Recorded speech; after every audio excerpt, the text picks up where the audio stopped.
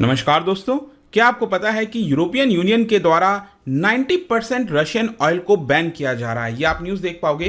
Putin needs help from China and India on oil Europe does not want. तो यहाँ पर हम detail से समझेंगे पूरी जो ऑयल की इकोनॉमी है कि कितना यहाँ पर ऑयल दिया जा रहा था, यूरोप ने क्या किया, और अब जाकर जो व्लादिमीर पुतिन है उनको भारत और इनफैक्ट चाइना भी, इन दोनों की बहुत ज़्यादा आवश्यकता है। काफ़ी कुछ जानने को है इस वीडियो में, चलिए आगे बढ़ते हैं। लेकिन उसके पहले ध्यान रखिएगा, अगर आप किसी भी एग्जाम की प्रिपरेशन कर रहे हैं स्टडी आईक्यू पर, चाहे जुडिशरी हो, बैंकिंग हो, या फिर यूपीएससी का कोर्स हो गया, स्टेट पीसीएस हो गया, आप हमारे वेबसाइट और ऐप पर जाइए और वहां पर आप चेक कर सकते हैं ये सारे फीचर जो स्टैटिक है, प्रीलिम्स है, हर एक चीज़ आपको मिल जाएगा। सैम्पल वीडियोस देख सकते हैं और वहां पर कोड इस्तेमाल करिए अंकित40, इससे आपको डायरेक्टली डिस्काउंट मिलेगा। इसके अलावा अगर आप एमसीक्यूज अटेम्प्ट करना चाहते हैं तो मेरे इंस्टा पेज पर जा सकते हैं, वहां पर स्टोरीज में जितने भी एमसीक्यूज हैं उसको आप अटेम्प्ट कर पाएंगे। तो चलिए शुरुआत करते हैं और सबसे पहले देखते हैं एग्जैक्टली अभी हो क्या रहा है। देखिए, जो प्रेसिडेंट है व्लादिमीर पुतिन, वो अब काफी ज्यादा निर्भर हो जाएंगे भारत और चाइना के ऊपर, क्योंकि यहां पर हुआ क्या है कि सडनली यूरोपियन यूनियन ने एग्री किया है। क्योंकि अभी तक हो क्या रहा था कि जो यूरोपियन देश जैसे कि जर्मनी हो गया,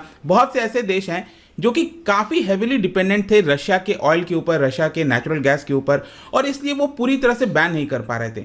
लेकिन यहाँ पर फाइनली यूरोपियन यूनियन ने एग्री किया है कि रशिया का जो ऑयल है उसको वो बैन करेंगे, और ये सबसे टफेस्ट सैंक्शंस आप कह सकते हो रशिया के खिलाफ आफ्टर द इन्वेजन। और ये आप हेडलाइन भी देख पाओगे, European Union leaders agree to ban 90% of Russian oil by year of hand. तो ध्यान रखिएगा, अभी तुरंत नहीं किया जा रहा है, लेकिन धीरे धीरे करते करते अगले 6 महीने के अंदर बताया जा रहा है कि करीब 90% जो रशियन ऑयल है वो यूरोप के अंदर अब नहीं आएगा। लेकिन यहां पर आपको यह भी समझना है कि ये इतना आसान नहीं है। It is a double edge sword, क्योंकि यूरोप भी जो कई सारे देश हैं वो काफी हेविली डिपेंडेंट है रशिया के ऑयल के ऊपर। करीब 25% जो ऑयल है वो रशिया से आता था, 40% जो नेचुरल गैस है वो रशिया से आता था। तो अचानक से इतनी बड़ी कटौती करना, मतलब इतना बड़ा बैन लगाना, ये अपने आप में काफी बड़ी बात हो जाती है। और जैसा मैं आपसे कह रहा था कि बहुत से ऐसे यूरोपियन कंट्रीज हैं जो इसको नहीं चाह रहे थे, लेकिन यहां पर हुआ क्या है कि अभी जो वॉर है वो 100th डे में एंटर कर रहा है।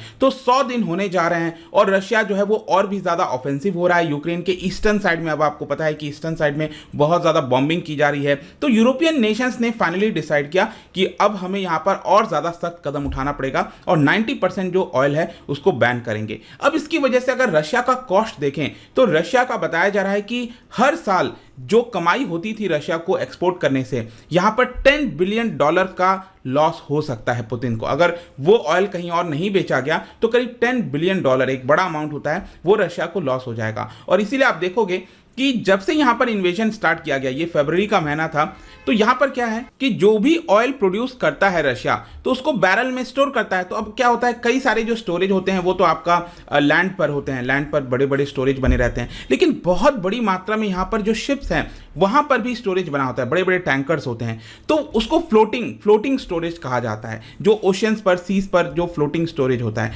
तो यहां पर आप देख सकते हो फरवरी के महीने में जो फ्लोटिंग स्टोरेज था ये काफी कम अमाउंट के आसपास था। It was around 25 million barrels हो गया, 30 मिलियन बैरल्स हो गया। लेकिन क्योंकि अब यहां पर रशिया उसको पूरी तरह से एक्सपोर्ट नहीं कर पा रहा है, तो यहां पर आप देख सकते हो फ्लोटिंग स्टोरेज में जो ऑयल है वो बहुत ज्यादा बढ़ गया है, करीब 70-80 मिलियन बैरल्स तक ये पूरा पहुंच गया है, जो कि रशिया को बहुत ज्यादा चिंता है, क्योंकि ऑयल तो प्रोड्यूस कर ही रहा है रशिया, तो उसको बेचे कहां पर, ये रशिया के लिए बहुत ज़्यादा चिंता की बात हो गई है।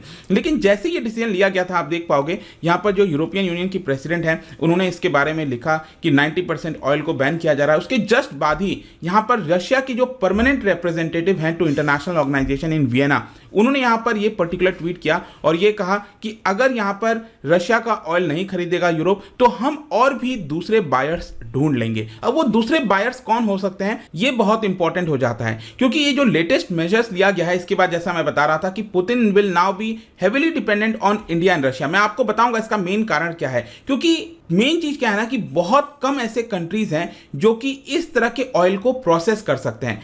जो रशिया में क्रूड ऑयल आपका प्रोड्यूस होता है उसको उरल क्रूड कहा जाता है। तो हर एक जो क्रूड ऑयल होता है उसकी क्वालिटी अलग होती है, उसके हिसाब से यहाँ पर जो उसकी प्रोसेसिंग करनी होती है वो डिफरेंट हो जाता है। जैसे कि रशिया का उरल क्रूड अगर आप देखोगे तो ये हाईली सल्फ्यूरिक है और उस ऑयल को प्रोसेस करना सबके लिए आसान नहीं होगा। यूरोप के अंदर तो ये काफ़ी ज़्यादा पॉपुलर था रशिया का ऑयल, लेकिन एशिया के अंदर अगर आप देखोगे तो बहुत कम बायर्स हैं। जैसे कि श्रीलंका हो गया, इंडोनेशिया हो गया, ये लोग तो रिफाइन कर ही नहीं सकते, उनके पास वो टेक्नोलॉजी नहीं है, processing sophisticated processing blending capabilities नहीं है कि वो हाईली सल्फ्यूरिक ऑयल को प्रोसेस कर सकें।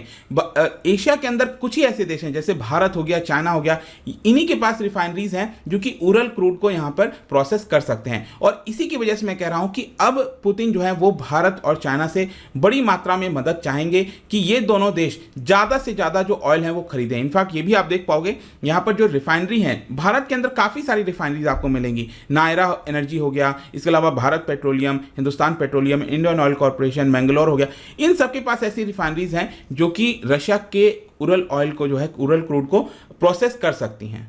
लेकिन क्वेश्चन यहां पर यह है कि भारत कितना इंपोर्ट करा रहा है। अभी देखो, अगर आप जैसे ये इन्वेजन स्टार्ट हुआ है उसके बाद से भारत ने बड़ी मात्रा में रशियन ऑयल को परचेज करना स्टार्ट किया। जो चाइनीज रिफाइनरीज हैं वो भी हो सकता है कि आगे चलकर और ज़्यादा यहाँ पर परचेज करेंगे, क्योंकि चाइना में अभी आपने रिसेंटली देखा होगा कई महीने तक लॉकडाउन लगा हुआ था। शंघाई जो पूरा शहर हो गया, काफ़ी सारे जगहों पर लॉकडाउन लगा था, अब लॉकडाउन वो हट रहा है, उसके बाद से वहाँ पर डिमांड बढ़ी है। तो चाइनीज रिफाइनरीज भी बड़े मात्रा में अब रशिया से जो ऑयल है वो खरीदने लगेंगी। जहाँ तक भारत की बात है, भारत तो आपको पता ही है वर्ल्ड का 3rd बिगेस्ट कंज्यूमर है क्रूड का, और 85% क्रूड हम इंपोर्ट कराते हैं। और रशिया से जहां तक बात है तो जस्ट 1% ही यहां पर हम रशिया के ऊपर डिपेंडेंट थे। लेकिन ऑल्दो अभी ये बात अलग है कि अब हम बहुत ज़्यादा डिपेंडेंट होते जा रहे हैं, धीरे धीरे बड़ी मात्रा में मंगा रहे हैं। लेकिन आप देख सकते हो पहले तो हम रशिया से लगभग नील मंगाते थे, कुछ ज़्यादा मंगाते नहीं थे। लेकिन क्या हुआ था कि आगे चलकर आपको पता है कि जो ईरान है उसके ऊपर सैंक्शंस लगना स्टार्ट हुआ था,